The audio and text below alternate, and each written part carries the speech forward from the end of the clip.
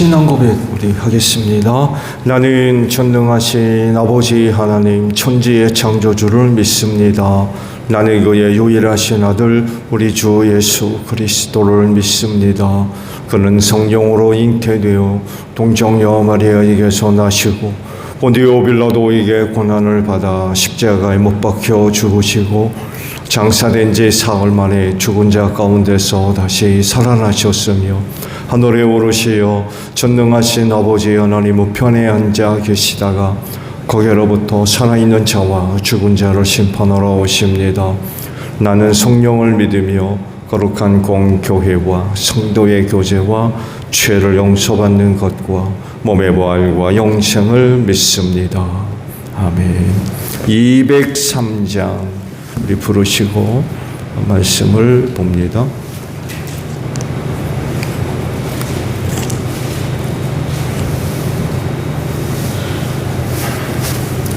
찬송가 203장이에요.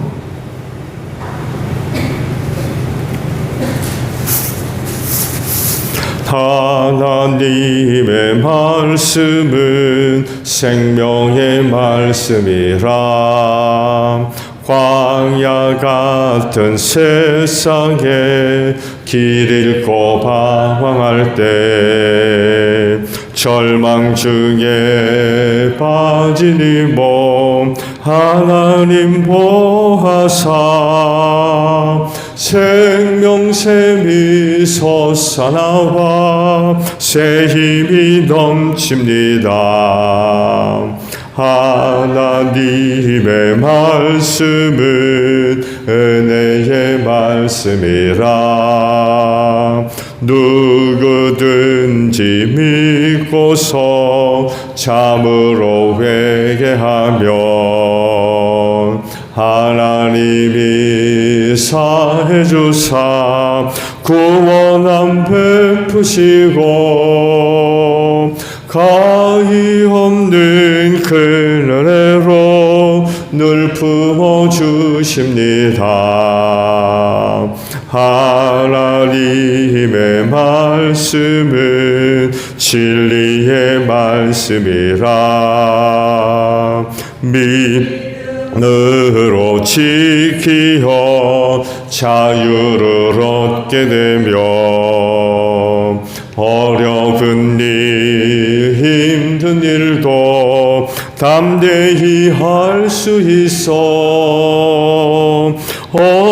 온전하신 말씀으로 승리케 하십니다. 하나님의 말씀은 사랑의 말씀이라. 험한 세상 살 동안 언제나 돌보시고 변함없는 사랑으로 우리를 지키시오. 하늘나라 이르도록 인도해 주십니다. 말씀을 봅니다. 요한복음 5장 39절에서 47절 마지막 절까지 저와 교독을 합니다. 요한복음 5장 39절에서 마지막 절까지 교독을 합니다. 너희가 성경을 연구하는 것은 영원한 생명이 그 안에 있다고 생각하기 때문이다. 성경은 나에 대하여 증언하고 있다. 나는 사람에게서 영광을 받지 않는다.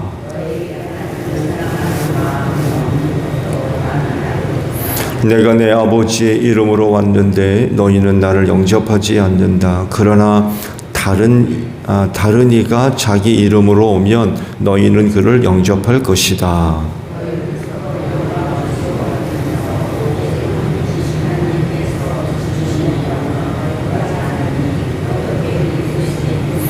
내가 너희를 아버지께 고발하리라고는 생각하지 말아라. 너희를 고발하는 이는 너희가 희망을 걸어온 모세이다.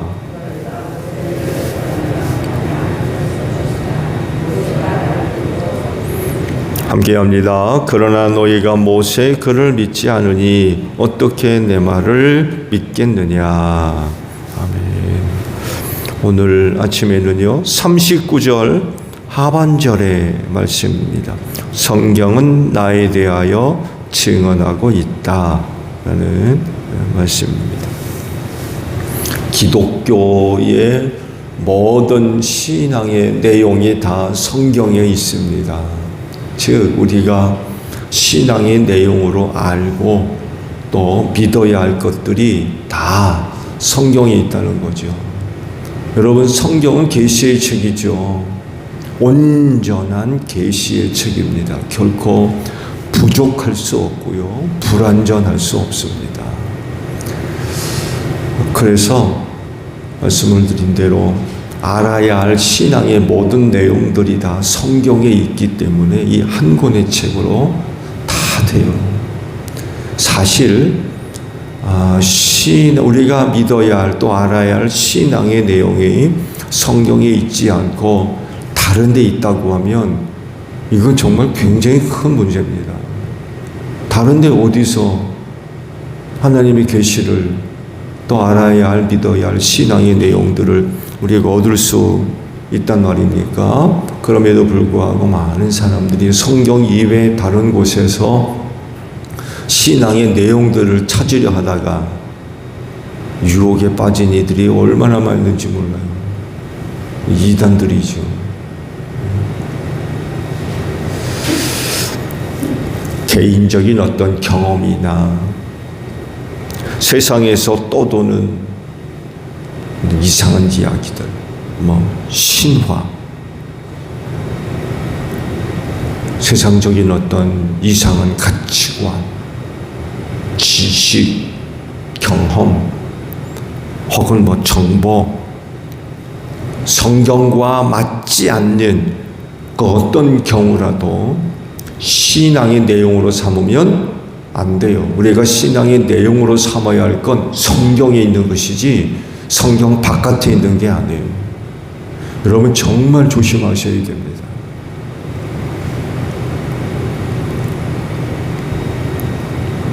근데 보면요, 성경적 진리, 성경이 이야기하고 있는 성경적인 어떤 가치, 성경에 기록되어 있는 어떤 그런 그 내용들을 따르지 않고 우상적이고 심지어는 샤머니즘적인 이상한 어떤 가치관을 갖고 있는 사람들이 의외로 있어요.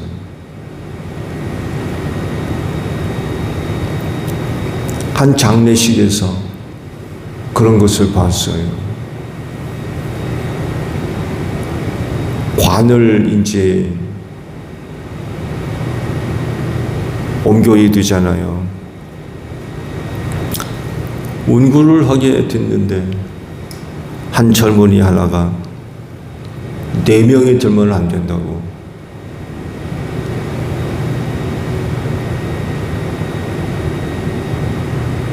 왜냐? 죽을 사자라는 거예요.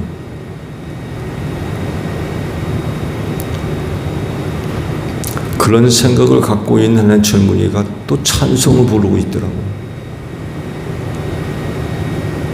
어디서 그런 말을 들은 건지, 어디서 영향을 받은 건지, 이런 이상한 것들을 갖고 있는 사람들이 있어요.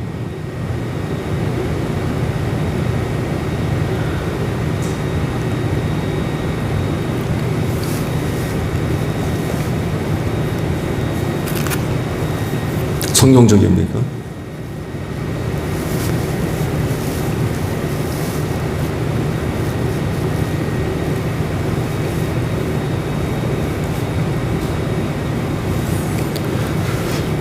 말씀을 드린 대로 기독교인으로서 알고 믿어야 할 모든 신앙의 내용들이 다 성경에 있습니다.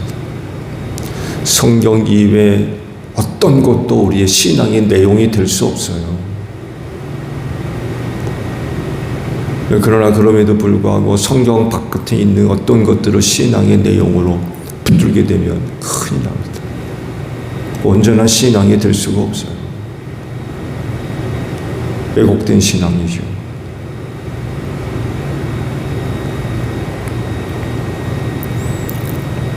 성경에 근거한, 그리고 성경에 기초한 그런 그 신앙이 참 신앙입니다. 그리고 이런 신앙이 힘이 있어요. 결코 흔들리지 않습니다.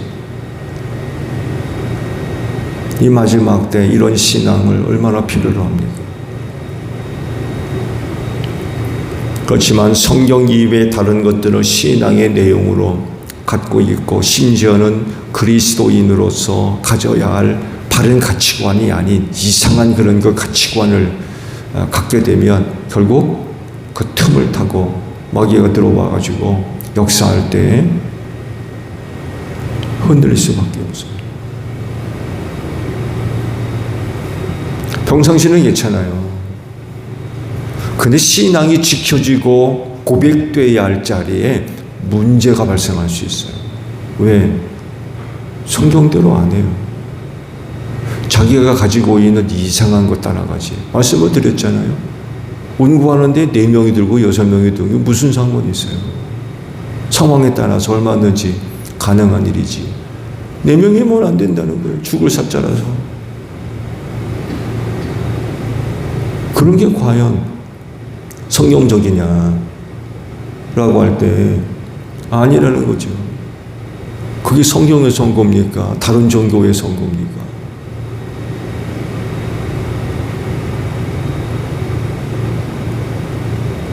그 말씀드린 대로 평상시는 잘 드러나지 않아요. 성경 이외에 다른 가치관을 갖고 있는 게 평상시는 잘 드러나지 않는다니까요. 그러니까 앉아서 찬송 부르죠. 그러다가 어떤 상황 속에서 신앙이 고백될 때에 성경을 따라가지 않고 이상한 것 따라가는 거예요. 그러면서도 아무런 생각이 없어요. 자기가 붙들고 있는 것, 지지하고 있는 게 성경적인 건지 아닌지 이런 것에 대한 인식도 없어요.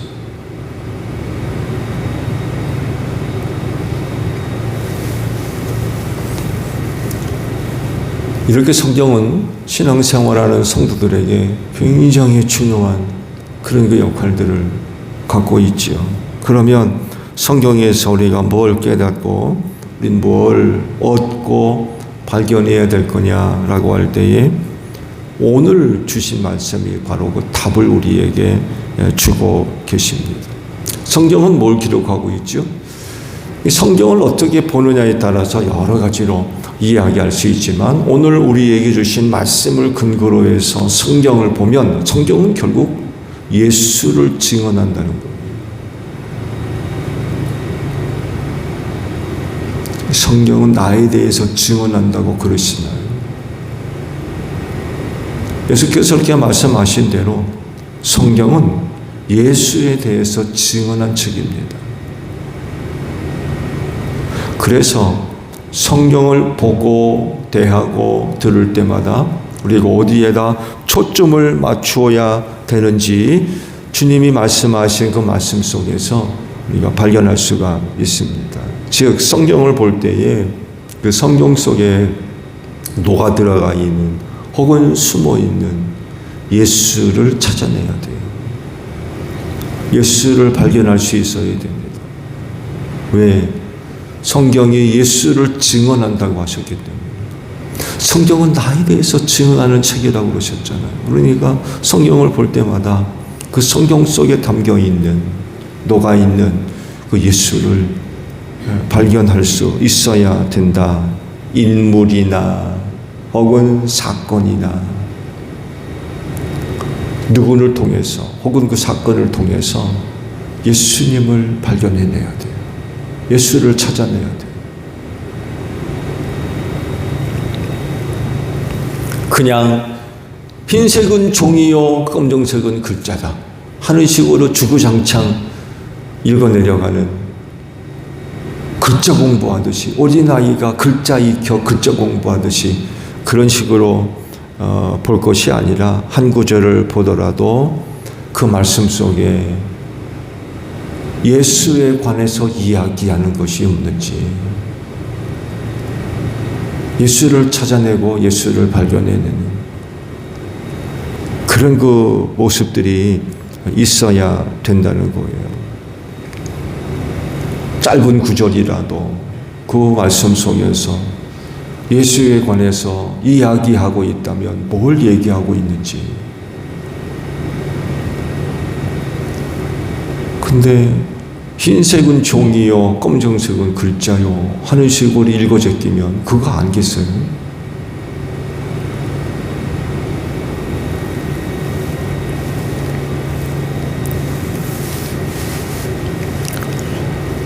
시편 기자의 고백에 의하면 하나님의 말씀은 송이꿀보다도 더 달다라고 그렇게 고백을 하는데, 이렇게 되려면은요 말씀 깊이 들여다볼 수 있어야 돼요. 이거 말씀을 깊이 있게 들여다보지 못하면 송이꿀보다도 더 달다라고 하는 하나님의 말씀의 맛을 결코 보지 못합니다.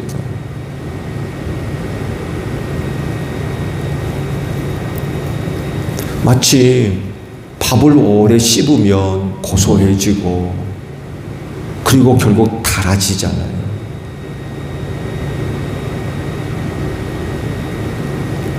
밥맛이 뭐예요? 그냥 대충 씹어 넘기면 밥이 고소한지 밥이 단지 몰라요.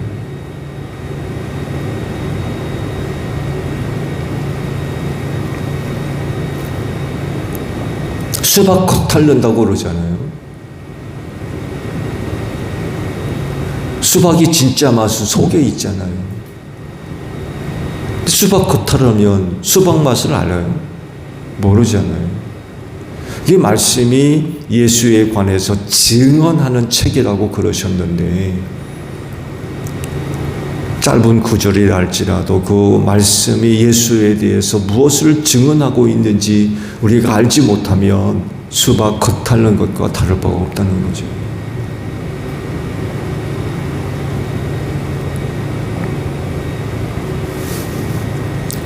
그래서 성경을 보는 독자들은요, 한 가지 분명한 인식을 가지고 성경을 볼 수 있어야 돼요. 즉, 내가 보는 말씀에서 예수님을 찾아내자는 거죠.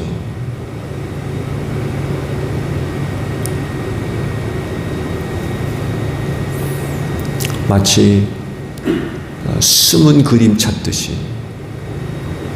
여러분 재미삼아 숨은 그림 찾아보시나요? 그림을 그려놓고 숨은 것 숨겨놓고는 몇 가지 찾아봐라 그러잖아요. 숨은 그림 찾기.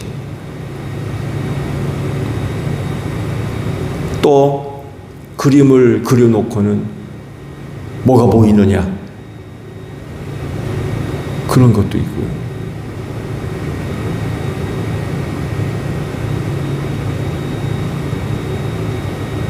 그림을 들여다보게 되면 몇 가지가 보이는 경우들이 있죠. 그런 것 찾아내듯이 성경을 볼 때마다 이 성경이 예수에 대해서 뭘 이야기하는지 발견할 수 있도록 성경을 대하자는 거죠. 이렇게 할 때에 성경을 잘 봤다라고 이야기할 수 있을 것 같아요. 당시 유대인들, 전에도 말씀을 드렸죠. 요한이 이야기하고 있는 유대인들 하게 되면 유대교에 있는 일반 사람들이 아니라 요한이 이야기하는 유대 사람들 하게 되면 사내들인 공의회원들입니다.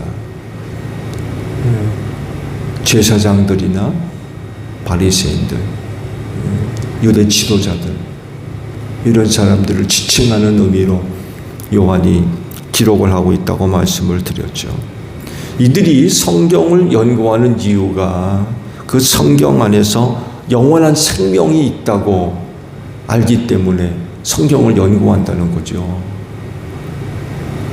당시 예수님 눈에 비춰진 유대 종교 지도자들이 성경을 대하는, 성경을 연구하는 그런 그 이유를 이렇게 보셨어요. 성경에 영원한 생명이 있는 줄로 알고 성경을 연구한다는 거죠. 바로 근데 그 성경이 나에 대해서 증언하고 있다는 거죠. 너희가 그렇게 성경에서 생명을 얻을 수 있다라고 연구한다면 너희는 나를 찾아와야 된다. 왜? 성경이 나에 대해서 증언하고 있기 때문에. 근데 너희는 나를 찾아오지 않는다는 거죠. 이걸 다르게 표현하면 너희가 첫날 만날 성경을 연구한들 무슨 소용이 있니? 이런 얘기예요.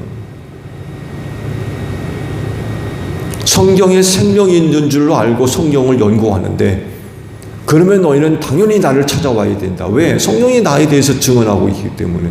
근데 너희는 나를 찾아오지 않는다는 거죠.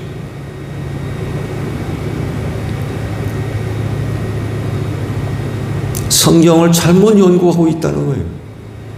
성경을 잘못 보고 그렇게 첫날 만나를 본들 무슨 의미가 있느냐? 아무런 의미가 없지.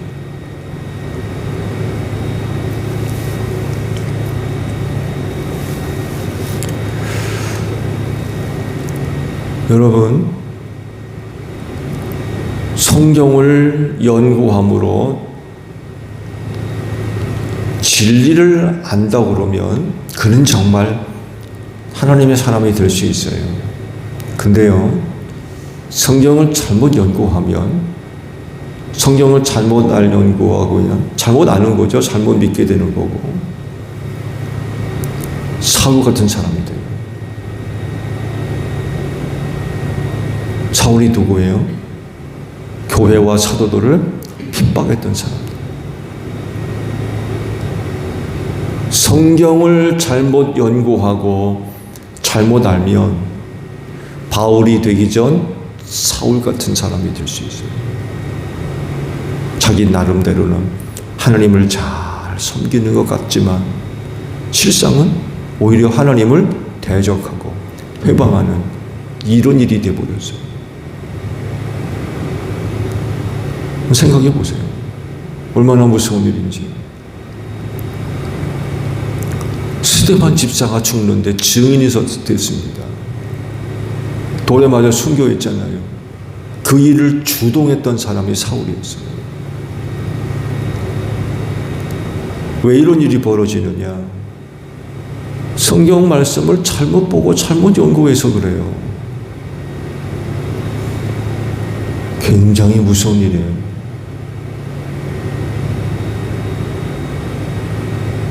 이런 것들을 볼 때에 네가 성경을 바르게 보는 것, 바르게 이해하는 것, 그리고 잘 믿는 것, 이게 얼마나 중요한 일인지 몰라요. 그게 뭐냐? 성경을 볼 때마다 예수를 발견하는 거예요. 성경이 예수에 대해서 증언한다고 하셨기 때문에 짧은 구절 속에라도 이 말씀이 예수에 대해서 뭐라고 증언하고 있는지 발견할 수 있어야 된다는 거죠. 그렇지 못하면 큰일 날 수 있어요.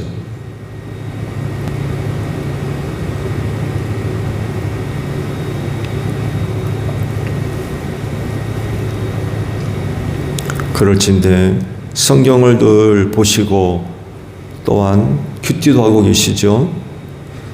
누구보다도 예수님을 잘 알고 잘 믿는 분들인 줄로 믿습니다. 왜? 성경을 통하여서 예수를 알아가기 때문에 그래요. 성경을 볼 때마다 예수를 깊이 알아가는 거죠. 예전에 미처 알지 못했던 그런 그 부분들을 깊이 알아가는 것만큼 예수를 잘 믿게 되는 거죠.